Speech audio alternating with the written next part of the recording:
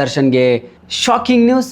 ಇನ್ನು 1 ವರ್ಷ ದರ್ಶನ್ ಜೈಲಿನಲ್ಲೇ ಸೆಟ್ಲ್ ಆಗಬೇಕಾಗತ್ತೆ. ಇವತ್ತು ದರ್ಶನ್ ಪಾಲಿಗೆ ಡಿ-ಡೇ ಆಗಿತ್ತು. ಆದರೆ ದರ್ಶನ್ ಅವರ ಯಾವುದೇ ಬೇಡಿಕೆಯನ್ನು ಸುಪ್ರೀಂ ಕೋರ್ಟ್ ಒಪ್ಪಿಕೊಂಡಿಲ್ಲ. ಅಂದರೆ ಯಾವುದೇ ಬೇಡಿಕೆಗೆ ಸುಪ್ರೀಂ ಕೋರ್ಟ್ ಮಣಿದಿಲ್ಲ ಅನ್ನುವಂಥದ್ದು. ಕಳೆದ ವರ್ಷ ಆಗಸ್ಟ್ನಲ್ಲಿ ದರ್ಶನ್ ಅವರು ಪರಪ್ಪನ ಅಗ್ರಹಾರವನ್ನು ಮತ್ತೆ ಸೇರಿದ್ರು. ಒನ್ಸ್ ಅಗೇನ್ ಸುಪ್ರೀಂ ಕೋರ್ಟ್ ನೀಡಿರುವಂತಹ ಆದೇಶ ಇದೆಯಲ್ಲ, ಟ್ರಯಲ್ ಮುಗಿಯದೇ ಇದ್ದರೆ ಅದ್ರ ಬಗ್ಗೆ ಮುಂದಿನ ವರ್ಷ ಅಂದರೆ ಇನ್ನೊಂದು ವರ್ಷ ಕಳೆದ ಮೇಲೆ ಯೋಚನೆ ಮಾಡೋಣ ಅನ್ನುವಂಥದ್ದು.